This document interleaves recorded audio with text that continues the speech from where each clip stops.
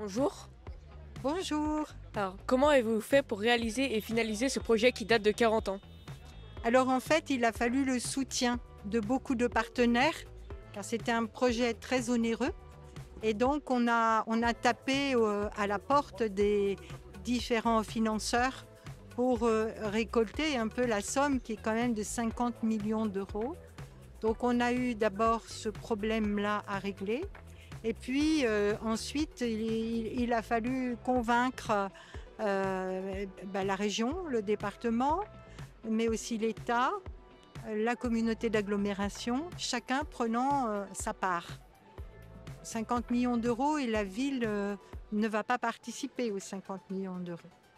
Alors, il est vrai que depuis 40 ans, il y a eu plusieurs maires qui se sont succédés, bien évidemment, que ce soit Deuil ou que ce soit Montmagny, et que force est de constater que jusqu'à présent, on n'avait pas réussi. Le moment n'était pas venu, en tout cas, que ça se réalise. Donc là, on est très très heureux. On a eu 2 ans de concertation avec les habitants en 2016, où chacun a donné son avis sur le projet qu'on a présenté. Et on a eu 200 contre-propositions qui ont été des amendements, on dit. Et sur les amendements, on a rediscuté avec les personnes. Donc ça a pris 2 ans pour finalement aboutir au projet qu'on est en train de réaliser. Voilà. Très bien, merci d'avoir répondu à ma question et bonne journée. Bonne journée. Merci. Bonjour Madame Bringer, comment allez-vous? Écoutez, aujourd'hui, je vais très bien, puisque c'est l'aboutissement de 12 ans de travail acharné de maire délégué aux mobilités et de travail sur le projet de fermeture de ce passage à niveau du PN4. Alors on aura une petite question à vous poser. Pouvez-vous nous expliquer les différentes étapes qui vont permettre à la suppression du PN4? Alors déjà, par le passé, il y a eu déjà plein d'étapes, hein. Il y a eu une étude avant-projet, il y a eu une concertation, une déclaration d'utilité publique pour permettre le démarrage des travaux. Et donc maintenant, on est en phase de réalisation. Cette phase de réalisation, elle consiste en 3 étapes majeures. Donc la première étape, c'est celle-ci, c'était la construction du pont-rail ferré sous la voie ferrée actuelle qu'il fallait donc créer.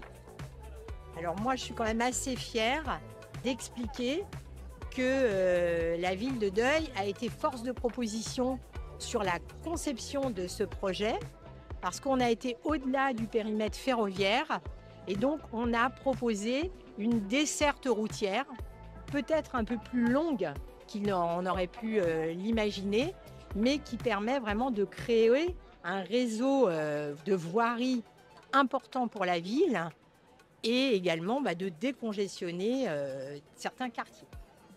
Ça, c'était important. Donc ça, c'est la première partie. Ensuite, la seconde étape, lorsque là, les travaux vont être terminés, on va créer un giratoire là derrière qui va être donc connecté sur de nouvelles voiries qui vont être construites par le conseil départemental. Donc ça va demander 1 an, jusqu'à fin 2026. Et lorsque ces voiries seront terminées, eh bien, on va pouvoir engager la dernière étape, qui est celle du passage souterrain sous voie, à peu près à l'emplacement du passage à niveau actuel, qui va permettre aux piétons, aux vélos, aux PMR, aux poussettes, de passer sous le passage souterrain, avec un ouvrage que nous espérons qui sera le plus agréable possible pour le quartier et qui sera assorti de rampes paysagères parce que comme on a souhaité que le souterrain soit accessible aux personnes à mobilité réduite, on a dû faire des rampes avec des pourcentages d'accessibilité pour les fauteuils. Parce que la SNCF aurait souhaité qu'on installe des ascenseurs, mais franchement, on a tout fait pour éviter les ascenseurs parce que c'est toujours en panne, c'est pas sûr. Merci bien de votre réponse Madame. Je vous en prie. Maintenant, on espère que tout va bien se passer. Enfin là, vraiment, on est rentré dans le vif du sujet. C'est concret et ça nous fait plaisir. Merci.